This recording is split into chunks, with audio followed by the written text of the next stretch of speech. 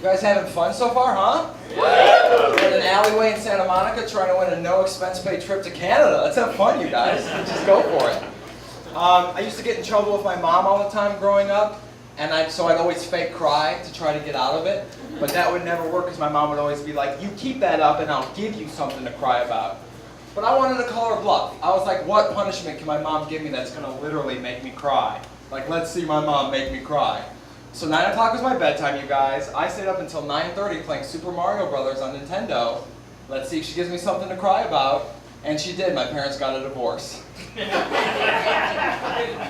So, now I'm a comedian. But it was cool because they sat me down. They're like, John, we love you so much. Our divorce has nothing to do with you. They said that, but I knew. Hey, 9 o'clock's bedtime. Okay, you guys? Do not mess around with bedtime, okay? 9 o'clock in bed. Put the Mario Brothers away. You're not going to see your dad that much anymore, okay? That's how bedtime works. Lesson learned. But don't feel bad for me, you guys. My mom got remarried. She got me a stepdad named Gary, which of course is the name of every single stepdad in the world. Every single stepdad. Gary's love divorced moms. That's their thing. Gary's love it. Gary's love divorced moms. If your name's Gary, you're a stepdad, for sure. Like, Gary's like their kid, but they love your kid. Okay? But it's cool because Garys are solid, reliable, trustable guys. Garys save families. If your family's in shambles, you get yourself a Gary, he's going to save that family, you guys. And the reason that this happens is because no young, like 23, 24-year-old woman wants to marry a Gary at her first wedding, right?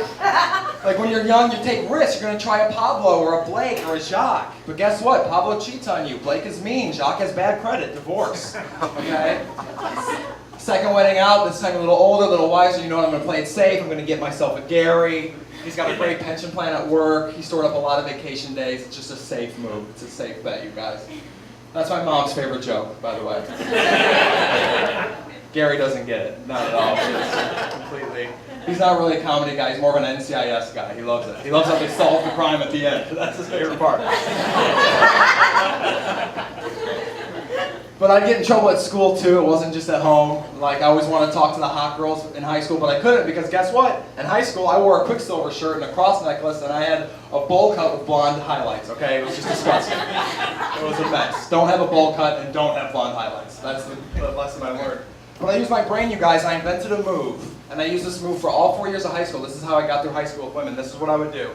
If a hot girl's sitting in front of me in class, I put my foot out on her book tray that's underneath her chair, and I would lean forward so that my shin would be touching her butt cheek flap that's hanging off the edge of the chair.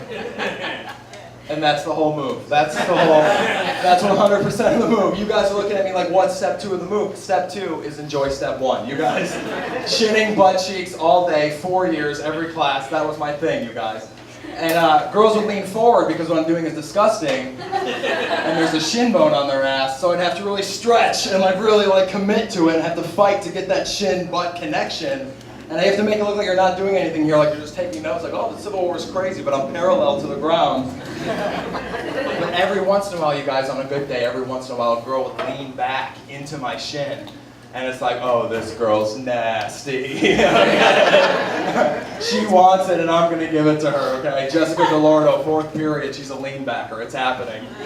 That's the best I ever did in high school. I never kissed anybody. I just shinned butt cheeks every day, and I got a couple of lean-backs. That was it for me. Painfully true. And that brings me to my main point tonight. The reason I came out here, the main thesis of my stand-up show, and I hope that this has been coming across, is that I'm terrified of homeschool kids. Don't like them.